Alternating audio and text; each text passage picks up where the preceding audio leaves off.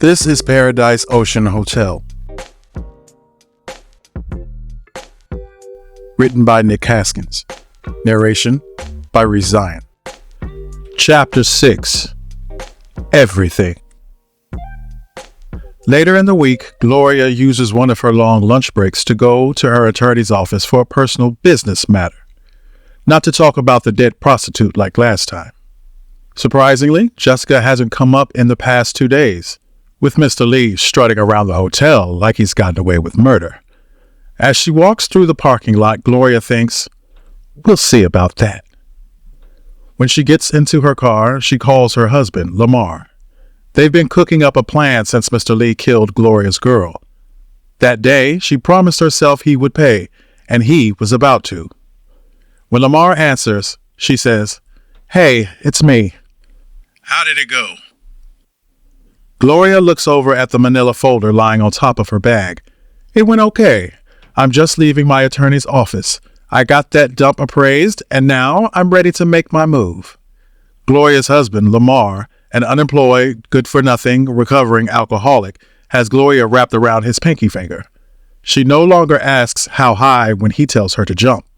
She just does what he says, no matter how stupid she ends up looking at the end. This hotel money grab was Gloria's bright idea, but when she took it to Lamar, he was the one who put all the moving parts together. Just like last summer when he gambled all of their rent away. $7,500 gone, just like that, on a wild Friday night. He came up with the crazy scheme to get quick cash by plastering Gloria's nudes on the BBW for rent site in the pay-for-play section.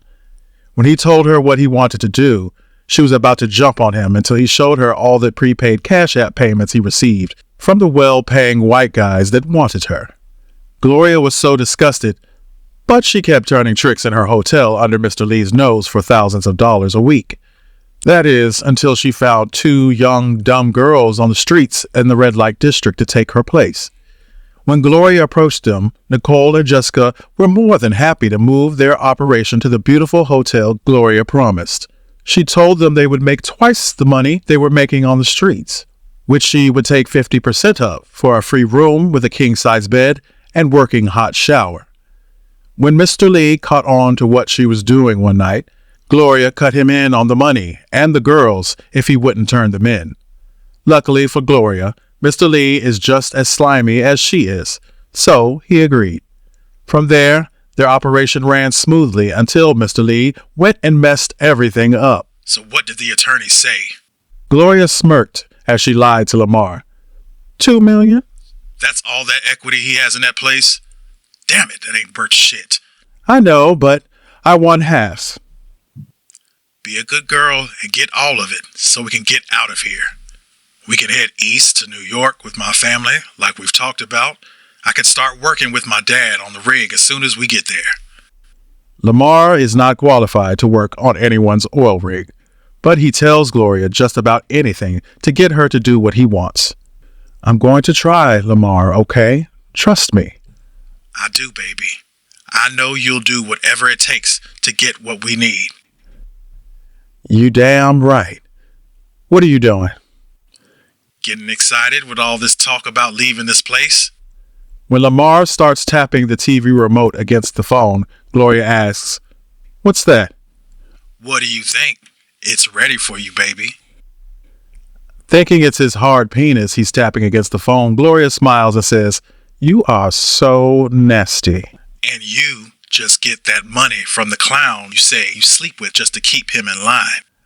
"I don't have to sleep with him at all anymore since his nose is open for the new pussy running around the hotel." "Well, he killed his favorite girl, so now what?" "There is no now what, Lamar. You know, I played that fool the whole time to get what I wanted, but all that shit is over now. Once I get this money, we are out of here, and we'll never have to worry about Ronnie Lee or that nasty-ass hotel ever again." "That's my girl." Gloria says, "I'm pulling back up here now," sitting in the turning lane in front of the hotel with her blinker on. "All right, well, text me and let me know how it went." "I will." Once she turns in the parking lot and parks, she says, "I have to go," before she hangs up. Gloria gets out and enters the hotel through the main entrance. When she walks into Mr. Lee's office, she carries the manila folder with the appraisal and valuation paperwork she got from her attorney inside. His head is buried in his laptop when Gloria says, "We need to talk," from his doorway. Mr. Lee looks up at her and then back to the screen. "Later, I'm busy." Gloria walks up to his desk and slams the lid of his laptop closed. "We need to talk now." He throws his ink pen down on the desk when he says, "What is it, Gloria?" She hesitates with him glaring right at her. "Tell me, what happened?" He gets up and rushes to close his office door. "Would you keep your goddamn voice down? And why are you asking me about that now? Here?"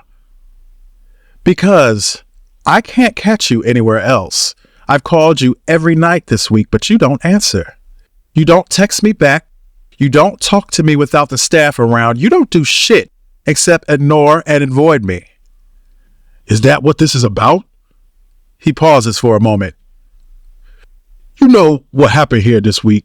It's hot like fire now with the other girl on the loose. If she talks and she says anything about what we've been doing around here, we're screwed." "Nicole is not going to say anything to anyone. I paid her to stay far away from this place and disappear." "And how do you know she's going to do that?" "Because she's already gone back to Ohio.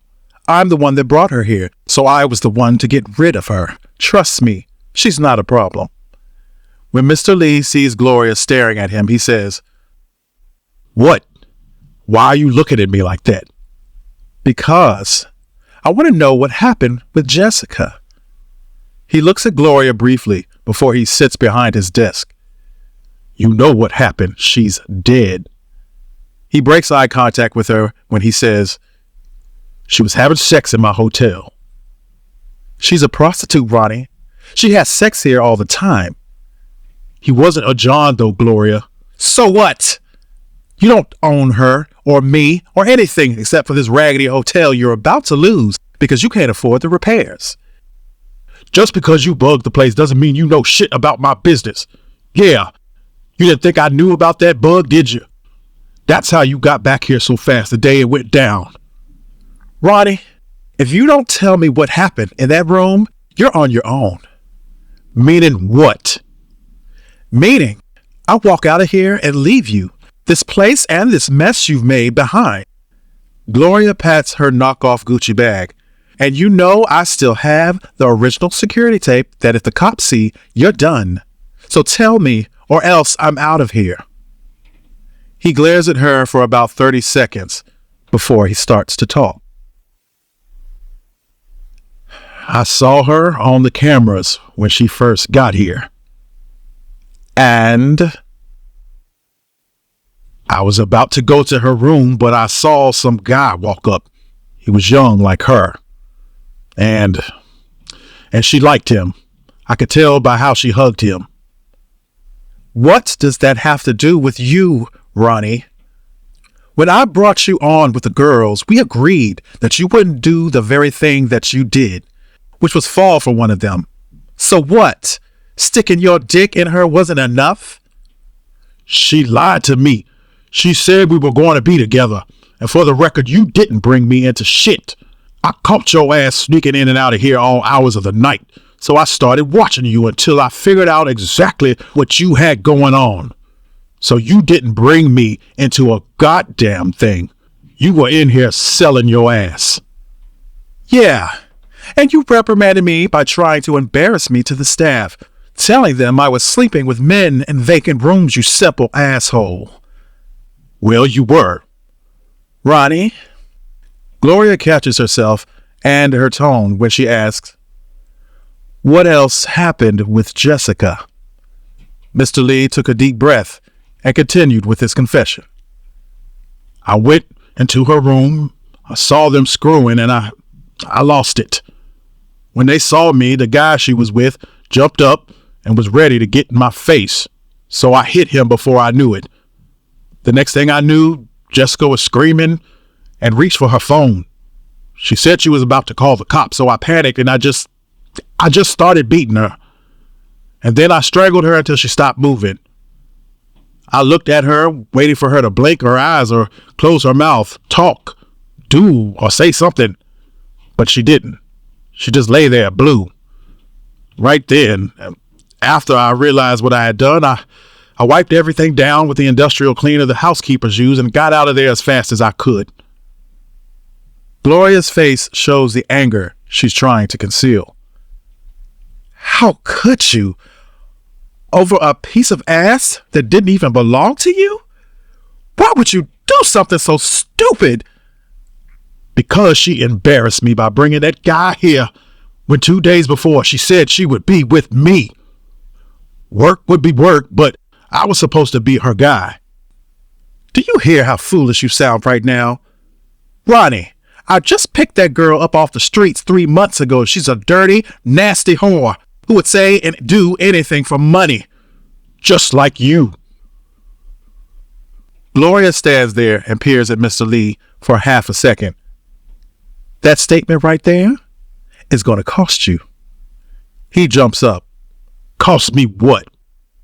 Gloria heads for the door but turns toward Mr. Lee before she leaves.